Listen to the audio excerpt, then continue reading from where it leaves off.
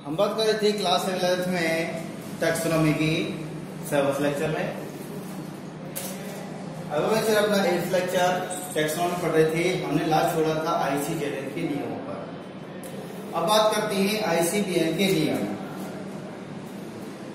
ICBN के नियम।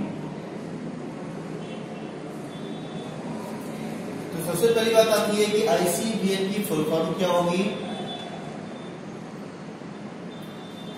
तो आईसीबीएन की फुल फॉर्म है इंटरनेशनल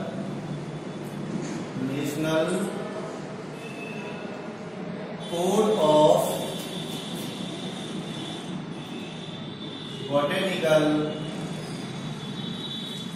नोमेनक्लेचर।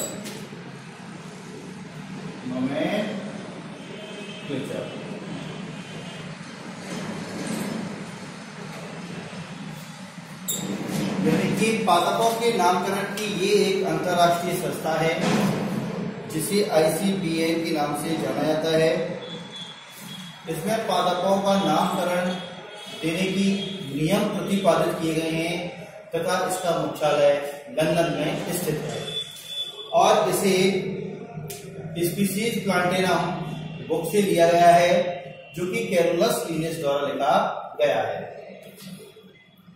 तो आईसीबीएन का पहला नियम है, जो आईसीजेएन के नियम है वही आईसीबीएन के नियम है। अंतर ये केवल इतना है कि इसमें ये नियम अलग हो जाता है कि किसी भी पादप का नामकरण पादप के नामकरण में उसकी वंश तथा जाति का नाम कभी समान नहीं होगा। वंश तथा जाति का नाम समान नहीं होता। जैसे कि आम की बात करें, आम को कहते हैं मेंजिफेरा इंडिका लीनियस। यानी कि अगर हम इसे मेंजिफेरा कर दें, मेंजिफेरा और मेंजिफेरा, तो ये नाम पूरी तरह से गलत माना जाएगा, लेकिन मेंजिफेरा इंडिका को करेक्ट माना जाएगा। यानी वंश और जाति के नाम कभी समान नहीं होंगे। ठीक, केवल एक यही नियम आईसीबीएन का आईसीजेएन से इसको अलग करता है। लेकिन अगर किसी एनिमल या किसी जंतु का अगर नाम लिख रहे हैं तो जंतु का नाम समान हो सकता है। जैसे कि इंडियन ब्लैक कोबरा की बात करें तो नाजा, वंश भी नाजा और जाति भी नाजा। चूहे की बात करें तो रेटस, वंश भी रेटस और जाति भी रेटस। और जंतु के नाम माने वाले जा सकते हैं, यानी वंश और जाति के नाम समान हो सकते हैं। ठीक, अगली बात करते हैं हम फोटोनिम्स की।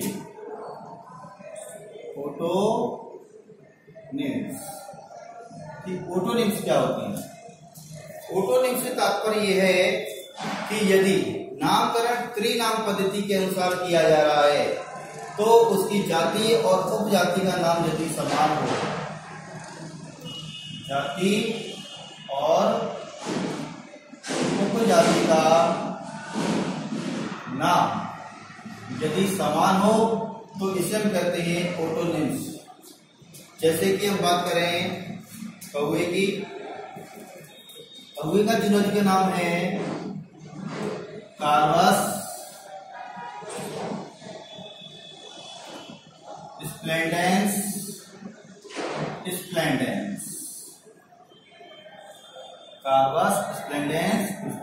कार्बस हो गया वंश और पहला स्प्लेंडेंस हो गई जाति और दूसरा स्प्लेंडेंस हो गई इसकी उपजाति। यानी कि नामकरण त्रिनाम पद्धति के अनुसार किया गया है जिसमें उसकी जाति और उपजाति का नाम दोनों का समान है, तो ये एक आपका फोटोनिम्स कहलाएगा। इसी प्रकार से और भी एग्जाम्पल हो सकते हैं। जैसे पादप में बात करें हम अकेसिया, नाइलोटिका,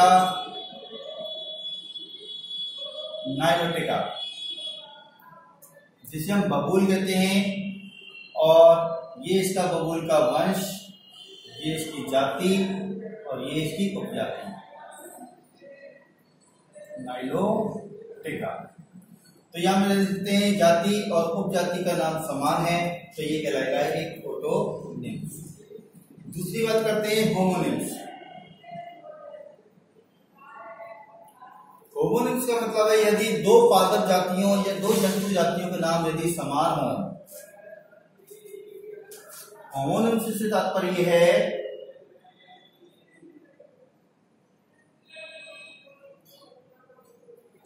यानी कि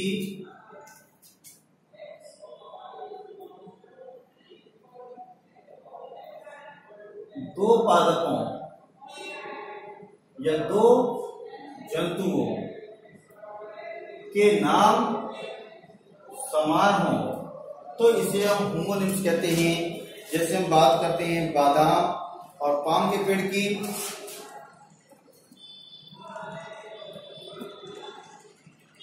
बादाम और पाम के पेड़ की अगर हम बात करें तो बादाम और पाम के पेड़ का दोनों का नाम समान है, जिसे हम कहते हैं प्रूनस डल्साई। प्रूनस डल्साई, बादाम को भी प्रूनस डल्साई कहते हैं और पाम के पेड़ का नाम भी प्रूनस डल्साई है। यदि यह स्थिति आती है तो इसे हम कहते हैं होमोनिम्स के नाम से इसको जाना जाता है, इसे हम कहते हैं होमोनिम्स। अब बात करते हैं टैक्सोनॉमिक कैटेगरी की। टैक्सोनॉमिक कैटेगरी का मतलब है वर्गीय की श्रेणियां, कि वर्गीय की श्रेणियां क्या होती हैं उनके बारे में अध्ययन करते हैं।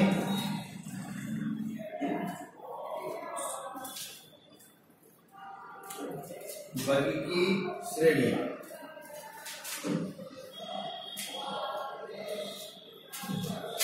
अब ये है आपकी वर्गीय की श्रेणियां।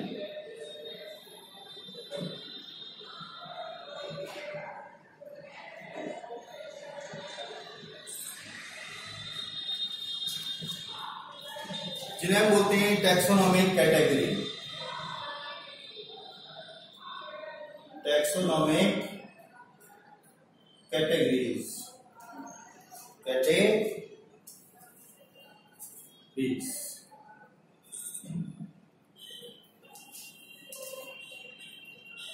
टैक्सोनॉमिक कैटेगरीज की बात करें वर्गीय की श्रेणियों की, तो वर्गीकरण के कई सारे सोपान होते हैं, यानी कि कई सारे चरण होते हैं जिनमें प्रत्येक सोपान एक पद को प्रदर्शित करता है।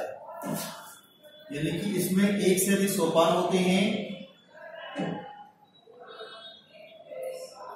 और जो प्रत्येक सोपान है यानी कि प्रत्येक जो चरण है वो एक वर्ग को प्रदर्शित करता है, एक वर्ग को प्रदर्शित करता है। और इसी क्रम को हम कहते हैं, इसी श्रेणी को हम कहते हैं वर्गीय की श्रेणी। जैसे हम बात करें जगत यानी कि किंगडम,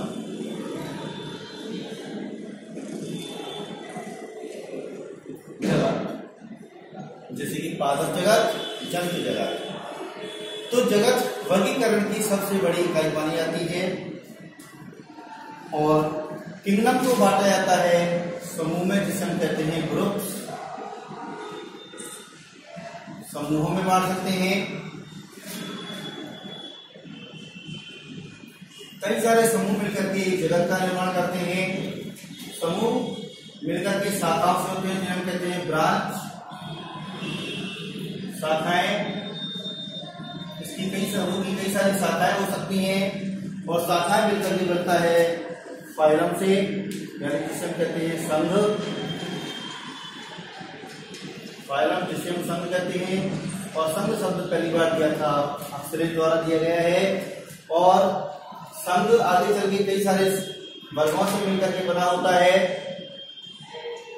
जिन्हें हम कहते हैं क्लास यानी कि वर्ग। और वर्ग कई सारे गणों से मिलकर के बना होता है, जिन्हें हम कहते हैं ऑर्डर यानी कि गण, और गण कई सारे फैमिली यानी कि कुल से मिलकर के बना होता है, तो हम इसे कहते हैं फैमिली यानी कि कुल।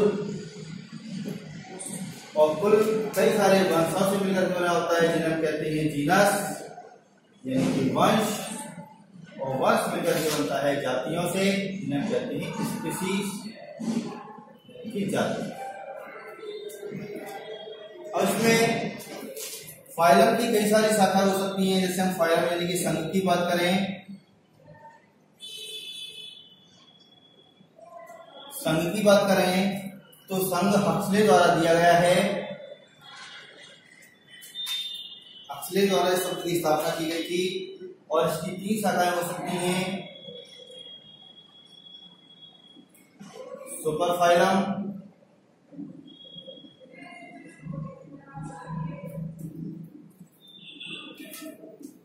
यानी कि जिसे हम कहें महासंघ, दूसरा अपना स्वयं फाइलम यानी कि संघ, और तीसरा अपना है सब फाइलम जिसे हम कह सकते हैं उपसंघ। इसी प्रकार से वर्ग के भी कर सकते हैं हम, वर्ग यानी कि क्लास, और क्लास शब्द पहली बार दिया है कैरोलस लिनियस ने। क्लास को भी 4 श्रेणी में बांटा जा सकता है। पहली है सुपर क्लास जिसे हम कहते हैं महावर्ग, दूसरी है क्लास जिसे हम कहते हैं वर्ग, इंफ्रा क्लास, और चौथी है आपकी सब क्लास यानी कि उपवर्ग। इसे और भी श्रेणियों में बांटा जा सकता है। इसी प्रकार से ऑर्डर की बात करें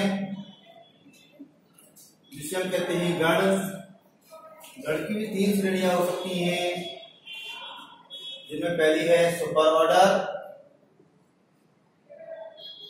दूसरी है ऑर्डर, और तीसरी है सब ऑर्डर। इसी प्रकार से जाति हो सकती है स्पीशीज, और स्पीशीज हो सकती है, एक तो अपनी हो सकती है स्पीशीज और दूसरी हो सकती है आपकी सब स्पीशीज, उपजाति। तो इसे बोलते हैं वर्गी की श्रेणियां, यानी कि वर्गी के कई सारे सोपान हैं, जिनमें पहला सोपान है जगत, दूसरा सोपान है समूह, तीसरा है शाखा, चौथा है संघ, पांचवा है वर्ग, छठा ऑर्डर, सातवां कुल, आठवां वंश, और नौवां जाति। यानी कि जाति वर्गीकरण की सबसे छोटी इकाई मानी जाती है। जाति को हम वर्गीकरण की सबसे छोटी इकाई कहते हैं।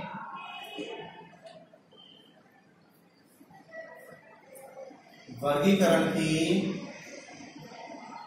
सबसे छोटी इकाई जाति कहलाती है। यानी कि जातियां मिलकर के वंश बनाती हैं, वंश मिलकर के कुल बनाते हैं, कुल मिलकर के गण बनाते हैं, गण मिलकर के वर्ग बनाते हैं, वर्ग मिलकर के संघ, और संघ मिलकर के शाखाएं, और शाखाएं मिलकर के समूह, और समूह मिलकर के होता है एक जगत। यानी कि जगत वर्गीकरण की सबसे बड़ी इकाई है और जाति वर्गीकरण की सबसे छोटी इकाई मानी जाती है। ये है अपने वर्गीकरण के कुछ सोपान। इसे हम निम्न क्रम में इसको व्यवस्थित भी कर सकते हैं हम, जिसमें पहला ले लिया हमने संघ, दूसरा वर्ग, तीसरा गण, चौथा वंश, पांचवा जाति। तो ये है इसके सोपान जटिलता के बढ़ते हुए क्रम में। यानी कि जगत से जाति की तरफ जाएंगे तो लक्षणों की जटिलता बढ़ती है, और जाति से जगत की तरफ आते हैं तो लक्षणों की जटिलता घटती है। तो हमने लक्षणों की जटिलता के बढ़ते हुए क्रम में इसको व्यवस्थित किया है। इसी प्रकार से इसको लक्षणों की जटिलता के क्रम में घटते हुए क्रम में भी इसको व्यवस्थित किया जा सकता है।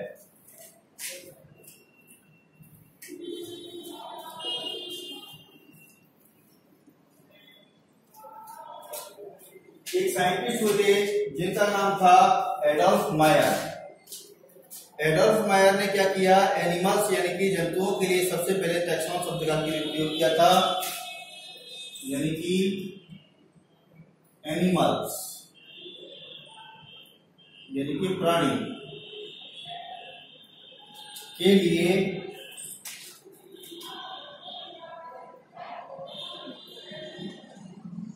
टैक्सॉन शब्द का सर्वप्रथम प्रयोग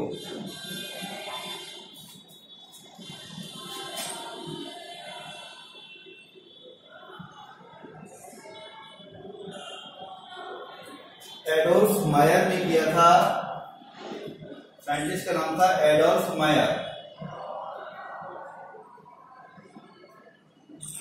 एडोल्फ मायर नाम ने साइंटिस्ट ने पहली बार जंतुओं के लिए टैक्सॉन शब्द का प्रयोग किया है, लेकिन पादपों के लिए H.J. लैंड ने। अगर पादपों की बात करें कि पादपों के लिए टैक्सॉन शब्द का सर्वप्रथम प्रयोग किया है, जिसे हम कहते हैं H.J. लैंड। H.J. लैंड ने पहली बार पादपों के लिए टैक्सॉन शब्द का प्रयोग किया, लेकिन जंतुओं के लिए एडोल्फ मायर ने इसका प्रयोग किया। अब बात करते हैं वर्गीकीय अनुक्रम की। तो वर्गीकीय अनुक्रम कुछ भी नहीं है, वो सजीवों को लक्षणों की जटिलता के आधार पर क्रम में व्यवस्थित करना, अलग अलग वर्गों में रखना वर्गीकीय अनुक्रम कहलाता है। अब बात करते हैं जाति की। जाति क्या है? स्पीशीज। पुराने समय में माना जाता कि जाति का कोई प्रत्यक्ष अस्तित्व नहीं है, ये वैज्ञानिकों के दिमाग की उपज है, ये काल्पनिक शब्द है जिसका कोई महत्व नहीं है। और जाति शब्द पहली बार यानी कि स्पीशीज शब्द पहली बार जॉन रे द्वारा प्रस्तुत किया गया है। जॉन रे ने पहली बार जाति शब्द दिया था, और इन्होंने एक बुक लिखी थी जिसका नाम था हिस्टोरिया जनरलिस प्लांटेरम। इनके द्वारा एक किताब लिखी गई जिसका नाम है Historia Generalis Plantarum. Historia Generalis Plantarum book लिखी गई है, जो कि जॉन रे द्वारा लिखी गई है, और इसी में पहली बार जाति शब्द का प्रयोग किया गया है। जाति वर्गीकरण की सूक्ष्मतम इकाई है। जाति वर्गीकरण की सूक्ष्मतम इकाई है। सबसे छोटी इकाई के रूप में जाति को जाना जाता है। अब जाति की परिभाषा की बात करें तो इसकी परिभाषा के लिए एक सिद्धांत दिया गया है जिसे हम कहते हैं जैव जाति अवधारणा। जैव जाति अवधारणा, जिसे हम इंग्लिश में कहते हैं बायोलॉजिकल स्पीशीज कॉन्सेप्ट। जैव जाति अवधारणा, बायोलॉजिकल स्पीशीज कॉन्सेप्ट की बात करें हम, तो ये अवधारणा प्रस्तुत की गई है अर्नेस्ट मायर के द्वारा। अर्नेस्ट मायर ने बायोलॉजिकल स्पीशीज कॉन्सेप्ट प्रस्तुत किया था, और इन्होंने जाति की जैविक अवधारणा प्रस्तुत की। अर्नेस्ट मायर का कहना था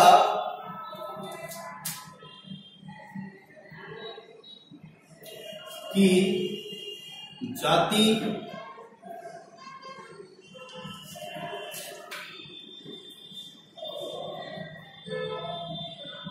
प्राणियों का वह समूह है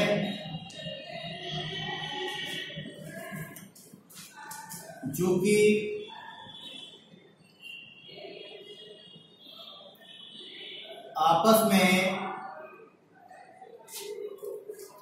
स्वतंत्रता पूर्वक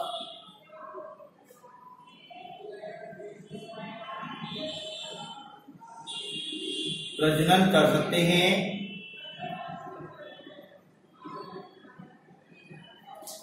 और अपने समान जननक्षम संतानें उत्पन्न करते हैं।